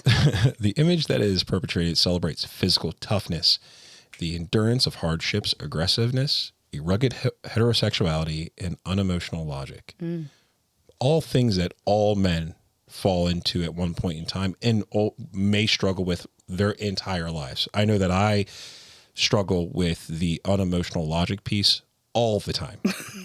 I wasn't going to be the one to say Yeah, it. like but good on you to have that kind of self-awareness, to be able to say, this is an area where I'm really, I struggle to release this. Competition. This part of my conditioning. Competition's a big thing for me. Like I struggle with that a lot. The physical strength stuff, like I really struggle with those things. But like he does hit the nail on the head in his definition here, right? Yeah, definitely. But he defines toxic femininity as such. And this is why I'm saying I think that like maybe this is a valid definition here. I was kidding before. Oh, okay. Enlighten me. Toxic femininity is the internalization and expression of negative, painful feelings and emotions produced by shame, guilt, rejection, frustration, neglect, confusion, disenchantment, abuse, violence, and hopelessness. Toxic femininity is a mindset of helplessness, a belief that is no longer worthy of love. And I think that if you look at Esty, she falls into this, right? Like there is like a part of her, like you can look at this and go like, I wasn't worthy of love until I gave my whole person, everything that I am, to this one man. Well, this is interesting because this is just the definition of being female until again, you learn how to love thyself. Right. And I think if you look at... Same thing with toxic masculinity. Absolutely. I mean, there's a lot of truth in all of this because for women, it's unlearning the belief that you need a man to be happy and to make it in this world. That's what we are taught from day one. Little girls, when I was 4, my mom did, in fact, stay at home with me and my brothers and sisters. My mom was a stay-at-home mom as well. I mean, back then, I think it was a little bit more common. She did not go back to work until she was in her 40s, as a matter of fact. She raised all of us at home. Yeah. And so naturally, we had very fancy birthday cakes. And when I was 4, I remember she made me a several tiered wedding cake for my birthday. Hell yeah. Because even at that young age of 4, it was being, put into my brain that I was going to be a bride one day. Incidentally, that did end up being true, but on my terms, I feel. Sure. Really, well, my terms. I decided when you were going to get married, and I told you how to get married. Look, Cody's right. Kidding. Oh boy. But anyway, I think if you talk to most women who are, let me say this also, who are in touch with themselves and have done, any kind of emotional work and self-reflection. I do feel like that's important to say. Not women who want to get TikTok famous or Instagram famous, but women who actually have done introspective work. Talk to them and ask them how their 20s went for them. Because for many of us, if not for the vast majority of us, it was a time of a lot of uncertainty and a lot of our own self-worth and value being placed on whether or not we were worthy of being someone's partner. Yeah. Because we were conditioned. I don't want to just say taught. I want to say conditioned to find a husband. It was programmed, you know, or a wife, I guess, you know, just to pair off. And while I do hold the belief that we are intended to pair off and we're wired that way, we're wired to connect, that should happen on your terms and you know, on your time, and not because, you know, time's running out and all these other like really, really, really awful messages that women get, that they're biologically inept after 35 to have children, that they are unmarriable and an old spinster at a certain point, or crazy cat lady, you know, crazy anything lady, you know, the tone is just, it's constant. And so, toxic femininity is definitely a thing. It's just, we call it the female condition. It's just growing up female, you know? That's interesting. I never really, I mean, like,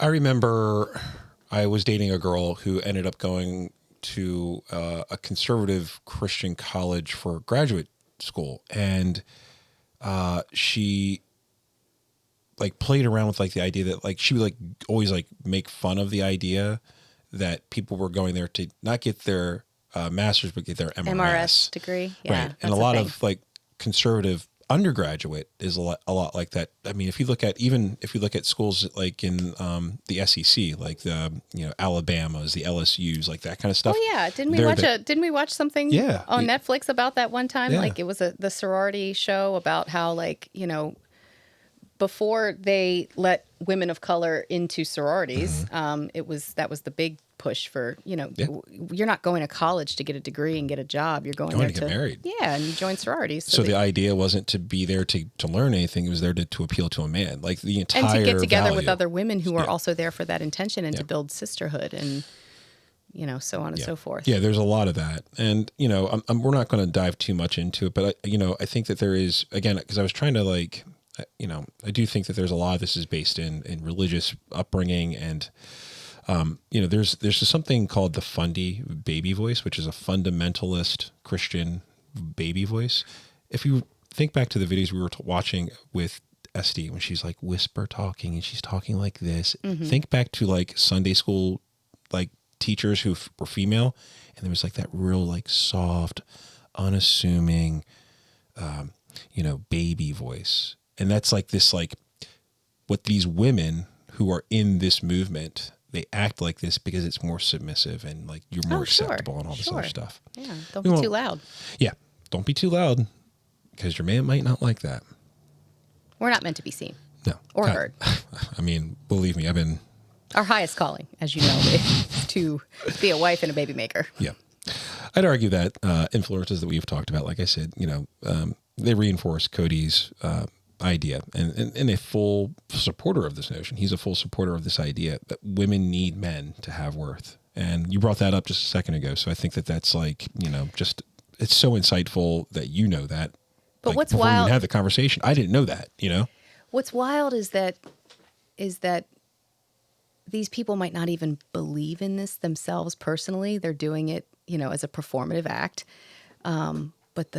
But the people that they're rallying and the fires they're inciting, can you imagine the damage to a young, like you said, to a young, moldable, impressionable mind? Yeah, absolutely. That part's really terrifying, because these people That's are the scariest clowns. part. These people are clowns. Well, they're also adults who can make their own decisions, Right. and like we can. And we say, don't know like, we don't know what goes on when the camera's off. Right. You know, well, like there are, I mean, we can glean some things based off of like, all right, even if it's not real, they're fucking. I want to see hidden camera of They're Cody's laughing all the way to the fucking bank is what they're doing. Exactly. Like part of you knows that there's some level of like they go along with it, the people in their household and the people in their lives, because it's like the concept of the Instagram boyfriend. Like it's annoying as hell, but like you do it if it gets the likes and the follows, you know, which is gross. I mean, it's a gross well, we're actually going to culture. talk about that actually here pretty soon. So hold on to that thought. Okay. So we're going to get back to Cody. In this clip, Cody identifies how things work in his relationship with Mrs. W, whose real name is Jessica Crone. We're going to play the segment, What Works and What I Want. As the head of my house, what I'm responsible for And as the mistress of the house, Oh, this is like what we she's talked about responsible earlier. Yeah. for. But I'm going to steal something much more from twisted. Kevin Samuels, and because we've applied it, and if you ask her, Mrs. W, she'll tell you because I say it to her daily. There are 3 things that I want from you. There's 3. Can you guess what those 3 things are? I love this guessing game with you. It's my favorite thing to do. All right. I'll bite. Well, definitely he wants her to cook all of his meals, 3 square meals a day, probably snacks too. Homeschool his kids. Okay. Last one. Submit to him in every way. I don't know. Things that I want from a wife. Wild card. Sex, Ooh. sandwich, and silence. You can just hear the hand ringing. Shit! Holy Holy shit! What type of a sex? Hear me out. Hear me out. Guys are simple, right? I have had to tell Mrs. W and remind her, as well as my sister and my mom and other females that are in my life, I am not your girlfriend. I am not your therapist, and I'm not your sounding board.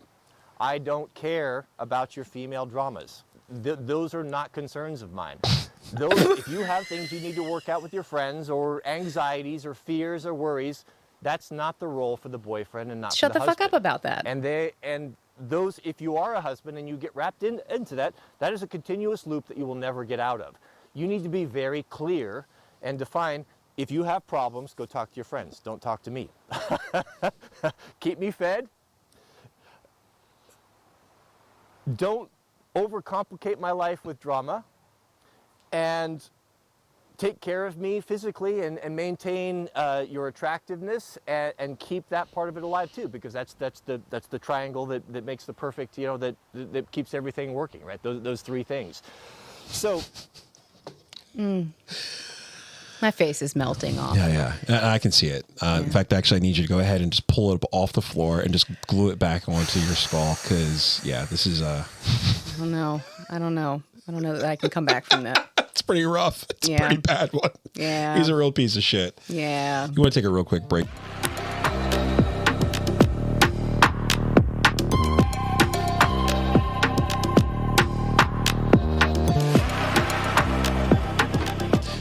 So, obviously, there's something very wrong with Cody. I think that I have said those things in jest, as a joke, as a bad joke, once or twice. Keep my balls empty, you keep a man happy. But no one actually Have you said that line specifically? Maybe. God, I hope not. Maybe I have. I don't know. When I was in my early 20s, maybe I was an idiot. I don't know. But either way, you grow up and you learn that's not how you operate in a relationship. Disrespectful. A relationship is work that you like. To keep people happy isn't about sex or food or keeping your mouth shut. It's about, working towards solving problems together, because life happens. Cody, you fucking dildo. Sex, sandwich, silence. The 3 S's. Oh my God. I'm going to start writing that. I'm going to poetic. I'm going to buy a chalkboard. I'm going to write that out. Let's do it. The 3 S's. Let's only speak in one word. Yeah. No, I don't want you to talk at all, actually. Just keep your mouth shut, please. Silence, okay. So Jessica, I think she's literally in it for the money. I mean, quite literally she is, but there's no way she isn't, because she refuses the TradCon title quite a bit here, and we'll play this clip. in today's episode of TradCon Lunch, we actually have the TradCon here. What's it like being a TradCon wife? Well, I think this is breakfast, unless I get to skip a meal today. I'm just trying to make you happy. I don't know anything about TradCon. We make each other happy, right? Well, beautiful. We have bacon, turkey. So I like that he glosses over that. She's like, I'm not a TradCon. I'm just here. We're here to make each other happy. I refuse the title. Bacon, our organic eggs, and peeled potato hash browns. That's right. Little bread. And There you bread go. too. What's the secret to a man's heart? Well, I can't say that. I can't say that in public, can I? Sex. No, you can't. Sandwich. In today's episode, Sex. Sandwiches.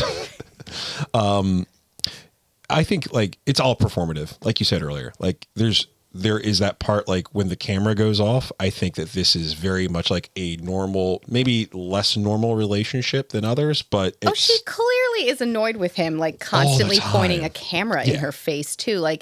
bitch, I'm just trying to make some breakfast. Do you want it or Right. not? Because I'll give it to the damn dog. Like, that's what I would say to him. Like, put the damn phone down. Yeah, no. He has an internet addiction too. I mean, we haven't covered that part yet, but like, but he's a content creator. It's his full-time job. Like that's That's delusional. what he does as a job. Yeah, that's fine. That's delusional, and Well, it's not healthy. I'm not taking anything away from people who do content as a living. I But thought this was an extremes podcast. again, That's why I'm saying extreme things. Oh, I like that. Yeah, keep that going. Keep moving. I mean, Fuck them. For anyone who's trying to do anything or get noticed or get seen on the internet, like creating content is a necessary evil. Sure. But especially when it's your only revenue stream, though. Like most things. Yeah. Anything to excess like that is just it borders on something else. I think we call it a problem. Yeah. You know. Well, I want to show you another problem. I'm not going to set the clip up. I'm here for all the problems. Yeah, I'm not going to Let's set the clip up. I'm just going to let you listen to it. Yep. Cold opener. Not going to let. Nothing. Now, you have that. And also, not only that, is that we're not limited by a biological clock either. We are completely capable of having families 50, 60, even up to 70s. That's just one of the cruel tricks of nature, but that's just the way that it is. Where a woman enters at, I think it's 32, enters into geriatric pregnancy. I don't think that's they become downy factories.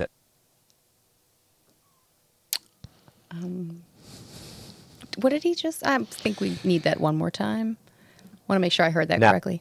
Yeah. It's 32, enters into geriatric pregnancy.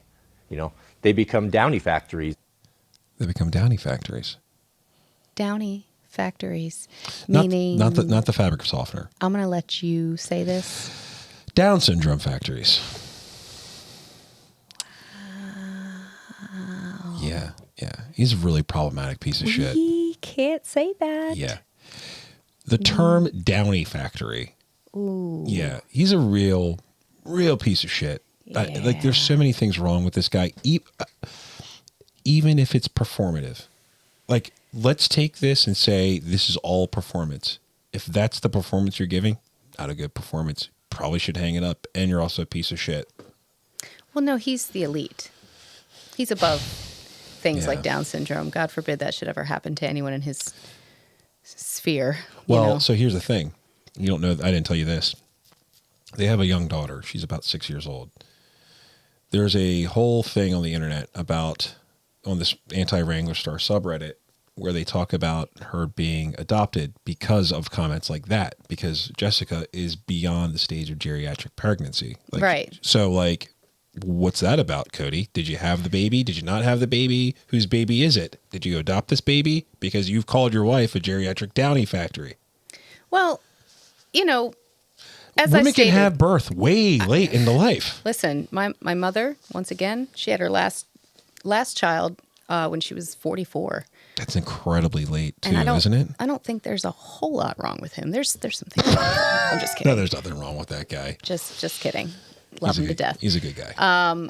But yeah, I mean, that had ample, opportunity to be very, very high risk. Thankfully it wasn't, but, sure. And that was also in the 90s. So we know, I think what it is that we know more now about the risks, but also, but also I think I heard at one point that a woman's body is most primed for giving birth and peaks around the age of 19. Yeah. Emotionally and financially and spiritually and in all the other senses, a woman is probably not so ready to be a mother at all. as young as 19. Sure, and shout out to all the teen moms out there who are shout out teen moms. Shout out teen moms, but shout out to anyone who is forced into that big of a shift.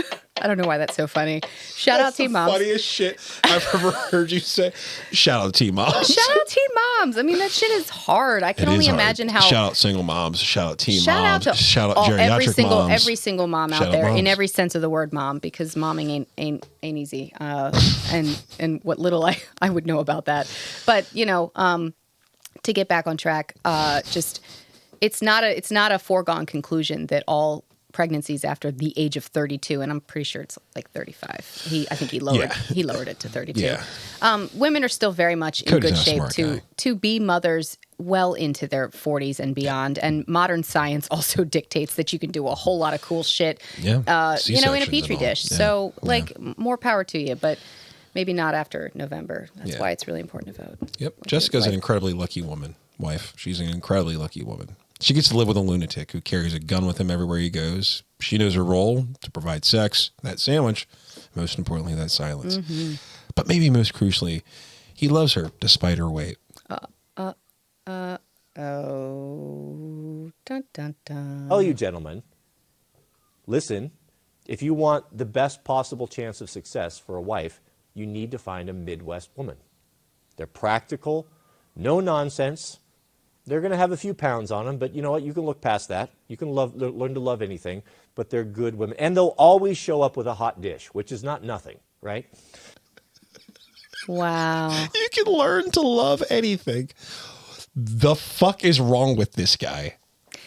It's not clear just yet. And I realize that you've seen this clip, before I have. So I wonder, is it possible he's not talking about his own wife just yet? Because I'm thinking that maybe he could be describing the local selection of woman. I don't know. No. So he lives in the Pacific Northwest where, women are pristine and sexy, and he could get any one of them if he wanted to. So I don't think that's the case. I think he's specifically talking about his very born and bred Midwestern wife. Oh. He is a real piece of shit. The reality is we could go on talking for hours about Cody and his views on women. He's a monster towards his wife and women in general. So let's discuss his vulnerability around his masculinity for a little bit, shall we? I'm going to start with this clip because this is the only time he's ever shown emotion that I've seen, at least. And I was talking with Sergio about this, and I think you probably heard it in earlier episodes, where you can have empathy for somebody, even if they're a terrible human being, right? Like, I think, it's not beyond me to go, this guy struggled with alcoholism, and his dad was cold, and he learned how to be a man through abusive religious systems. Sure. And I can feel some empathy towards him in this. I think he loved his father deeply. I really do. And from what I can tell, I think his father taught him a lot. Classic story. Yeah. But he was also emotionally cold, like I said, which is part of why I think Cody has this emotional response in this video. I don't think based on everything, I don't think, and this is based on everything everything else I've seen, that Cody was able to express his feelings towards his father. One thing that is evident in this video is he never said anything about loving him, though. Like, he never says anything about love. And that's really upsetting to me. It's tough to lose those loved ones. So He lost his father around COVID, the COVID period. And this is the only, I genuinely do feel bad for him. Granddad, I miss him terribly. I miss him every day. I miss my dad. It still hasn't even set in, I think, 100% that my dad's gone. I still got his phone number, programmed into my phone. And emails, you know how that is, and you debate whether should I delete that contact or should I just leave it there. And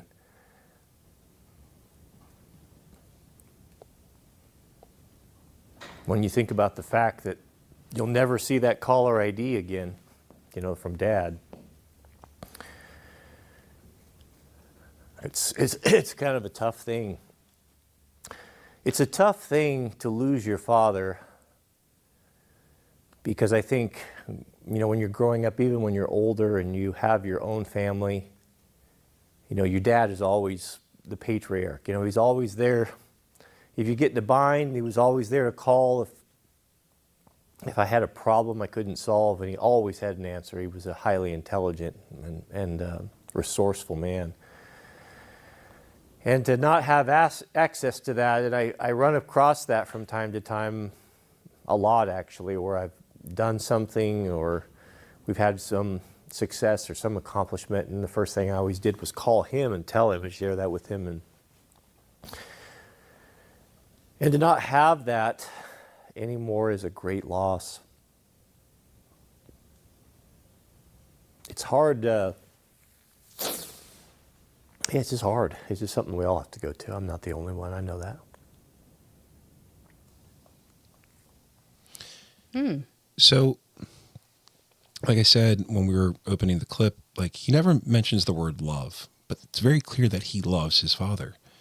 It's very clear that he learned a lot from his father. And it's the most humanizing thing about this guy that I've watched. I'd say so. It's the only thing. It seems like a real, genuine, like grief response. Yeah. Yeah. It really is.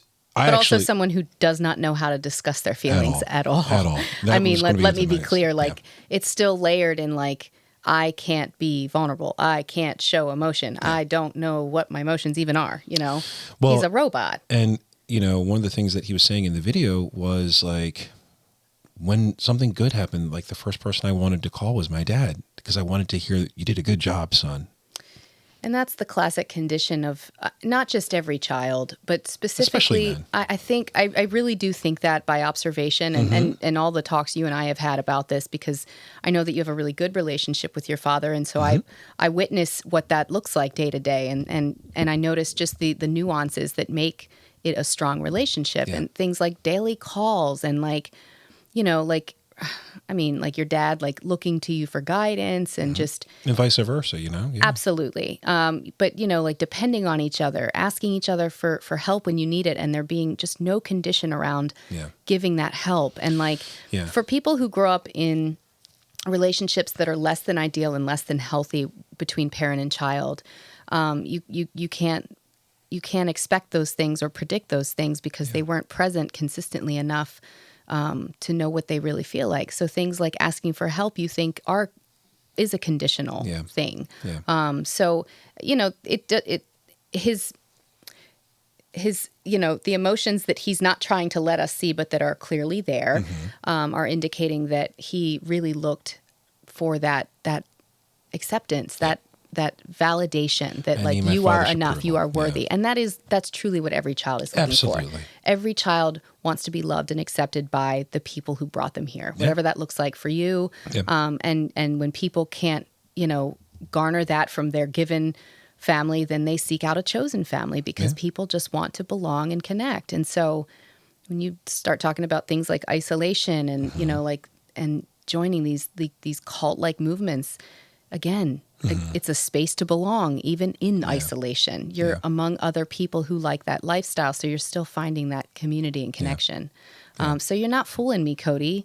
You still want the same. Hurt boy. He even said, "This isn't unique to me. This is we're all going to go through this." He's not wrong.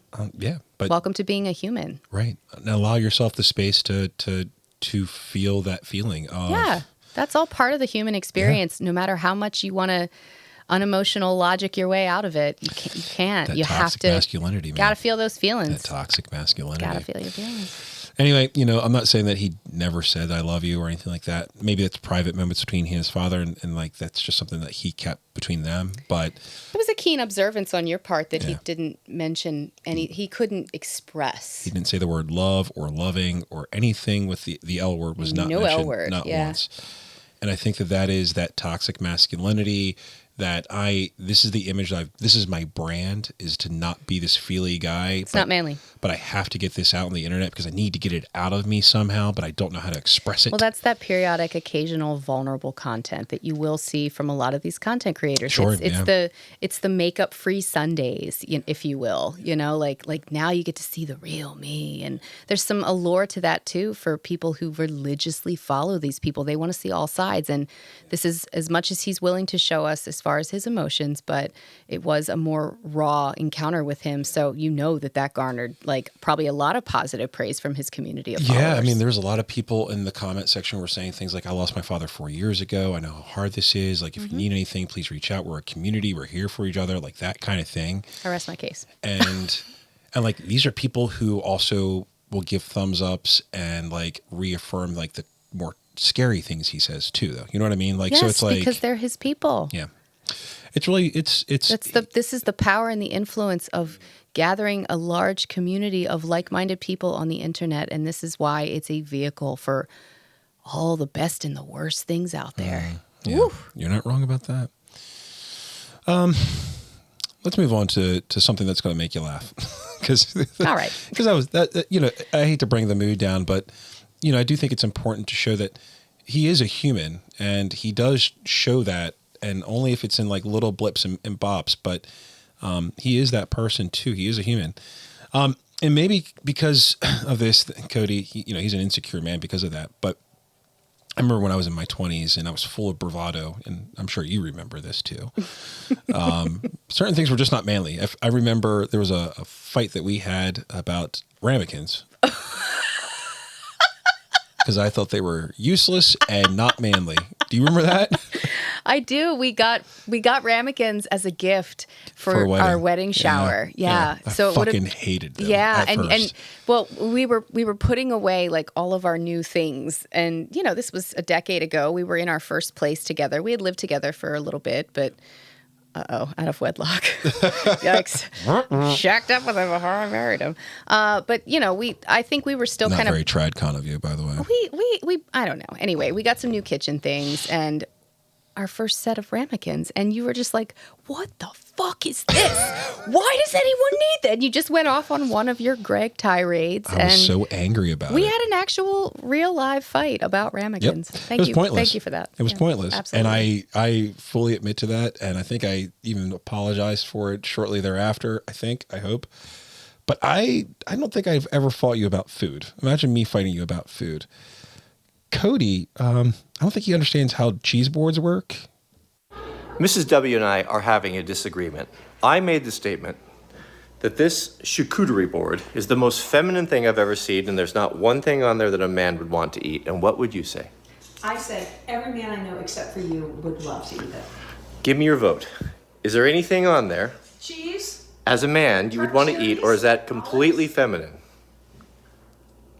She's so fucking over him. She hates. Look at that. That is a face of a woman who hates his presence.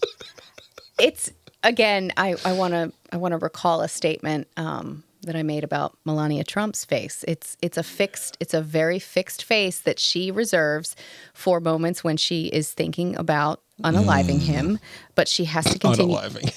But she has to continue to smile because she is on camera. Yeah. It's a fixed look for sure. Yeah. Yeah. So he's got like this like super like, again, I was in my 20s and we were fighting about ramekins, and I was really stupid, but I would never fight you about food. You tell me that there's cheese, there's meat, there's cherries.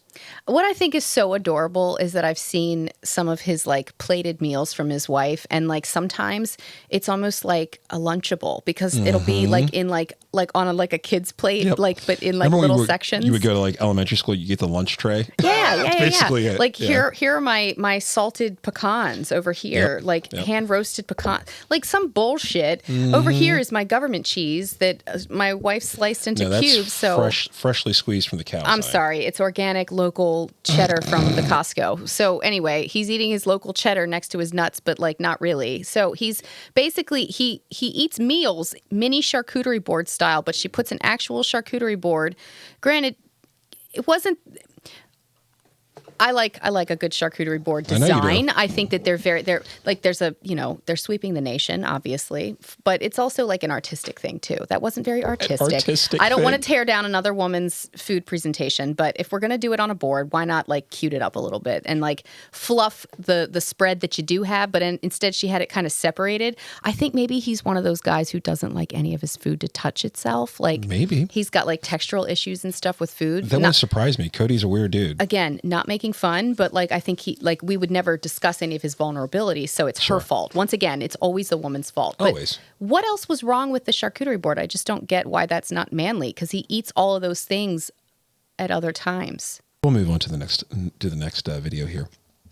There's no way that Cody actually believes what he's about to say in this clip, that that men have a higher capacity for love. Oh.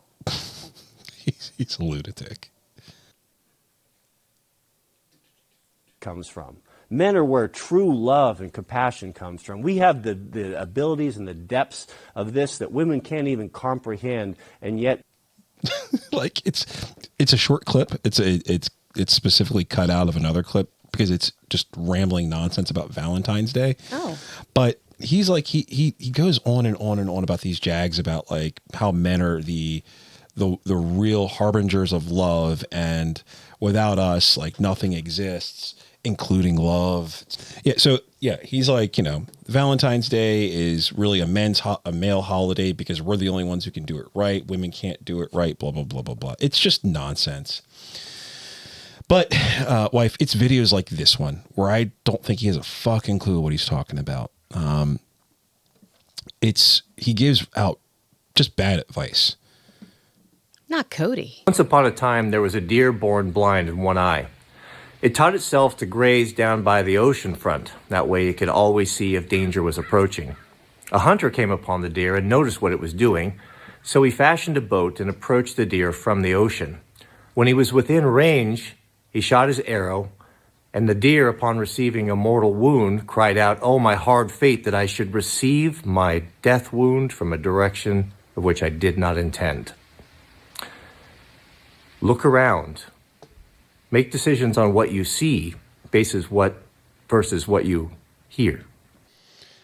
So one, he's too lazy to do a second take because he fucked it up.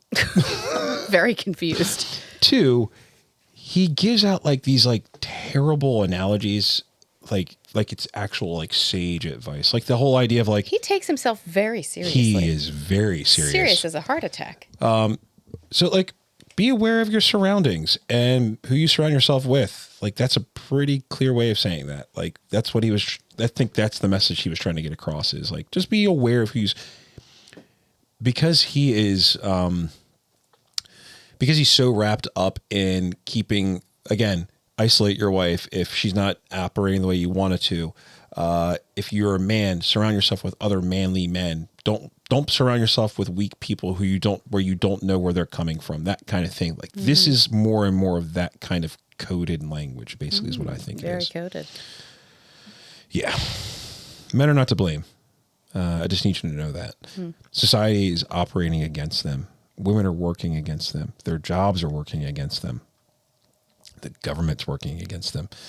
There's nowhere for these men to go. I see content like what I just said to you there. I see content like that from him all the time. I think back to the definition that we reviewed earlier in this episode. It's all about strong men. It is all about that masculinity. It's all about that rigid, logical power, that aggressive energy. That's all it is with him. Women are a threat because we are in touch with our emotions, and he is not. Specifically him. I don't want to say men. I want to say Cody. Well, yeah, but I think all men will always struggle with those things too. Well, for the most part, that would mean admitting vulnerability. Right. I do also feel these things, but where you can freely talk about it, I have to keep it in because that's what I was taught is what men do. Yeah. And so as a result, I don't know what to do with all this internal rage. Yeah. So I hate you, women. Yeah. You're the worst. Women are a threat. Yeah, absolutely, 100%. He goes on to talk in that video about how women aren't fit to do work. They're not actual work, yeah.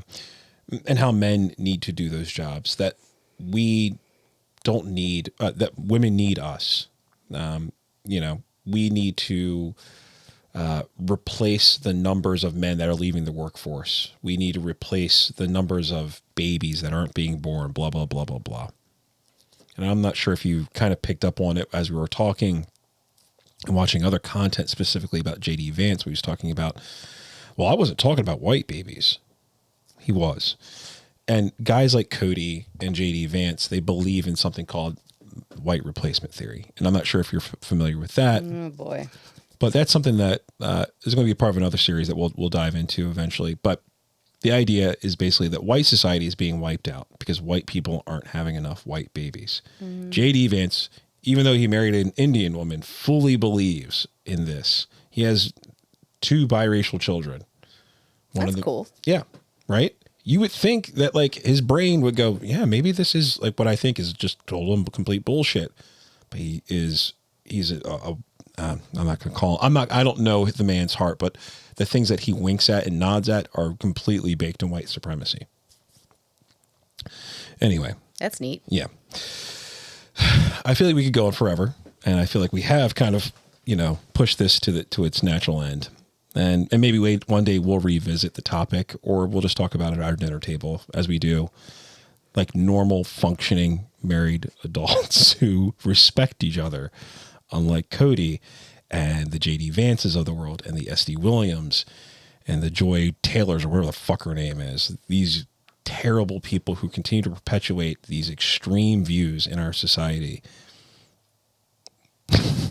I think that's where we'll leave it for this week. Sorry, my eyes have glazed over just at the mention of all of these really wonderful human beings. Yeah.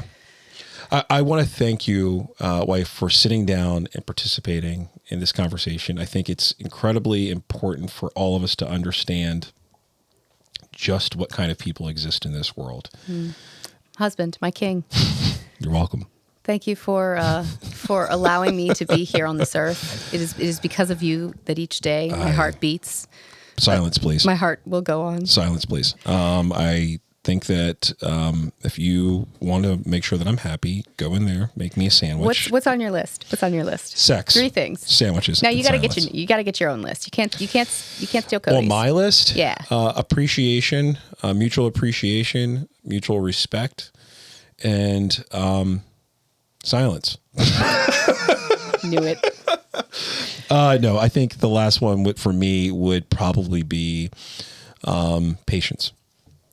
Ooh. Yeah. Okay. That would be my list. That would be my 3. Patience, mutual respect, and a mutual understanding.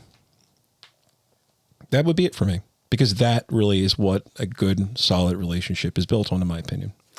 I'll add in there empathy as well. Sure. I think we received some really sage wisdom once upon a time from a friend of ours, and I remember his words very, very clearly. And this was long before we were married; we were just dating.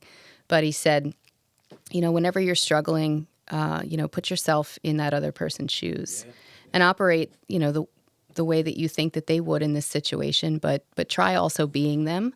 Try imagining yourself in their situation, and that's a really great place to start. And, we've gotten countless, little pearls over the years that I think propel us forward, because the one big thing is you can't stay stuck in any one phase of your life, your marriage, your friendships, your anything, ships, all the ships. But empathy goes with burrs. you. All the burrs. Well, we're in the burr months. Sure. But empathy is it goes in your carry-on. You know what I mean? Yeah. Like, you got to take that everywhere you go, especially when you leave your home. Our home is a safe place that we have created together with our own set of policies that are free to rewrite. Every That's single day if we the have other to. thing is Yeah. that, if the rule book is not working, we've learned to throw out the rule book and create a new one. Yep. And I think that that's part of growing and moving forward, and not staying hung on to these principles that are not actually ingrained. They're just learned, and they're safe, and we want something safe and learned and something we can count on. And sometimes the scarier thing is to try a different path. And you see these folks, and they are terrified to leave their bubble. Yeah. And that's really sad, because Yeah. they won't grow as humans. They will stay in these little bubbles. And these bubbles are powerful. And that's why it's really, really, really fucking important to vote on November 5th. Big ups. Big ups. You got to vote. Big ups. Get out there and vote take the for time. your fucking Plan ahead. interests, folks. Make a voting plan. And talk to someone if you are struggling to make a voting plan for yourself. Yeah. Help your parents make a voting plan too. Help your younger, of age constituents make a voting plan, because time is ticking. We got less than 60 days. Yeah, and that's all I'm going to say about that. These folks are not. This organization does not sponsor this podcast, so this is not a sponsor read at all. WhenWeAllVote.com. Go there, fucking find out your status, figure out if you're registered to vote, if you're in the right place to vote, where your voting place is at. Find this shit out. If you've changed your name, I think you got to re-register. So just Figure make it sure out, folks. you've done the things. Do not wait until 5 days before you board your plane out of the country to renew your passport, folks. Right? Sure. Just don't do it. Yep. You can cut that. No, I'm going to leave that in, and I'm also leaving that in. So, wife, do you have anything you'd like to plug, socials or otherwise, as we're getting ready to roll out here? I don't. I like to remain pretty anonymous, on the who I am front, but wife will do for today. I just thank you for this opportunity to have a conversation that we would normally have at the dinner table, in our garage using microphones. I loved it. Well, you're welcome for that. And I provided for this space for you. Just so remember that. Thank you. So next week, Sergio returns to the studio and we turn the page on Wranglerstar, folks. We are going to finally end this nightmare that we've all been living through together. Till then, we've got this earworm we're playing out to. Check the show notes for the artist credit and the other links. Email us if you have something you want to hear more about or corrections to something that we've said, because I'm not perfect, folks. I'm willing to admit that, unlike fucking Cody. Do that at theextremes@gmail.com, or you can reach out to us on Twitter at theextremespod. Until next time, beloved, act appropriately. Grew up in a border town, to me to an empty dive.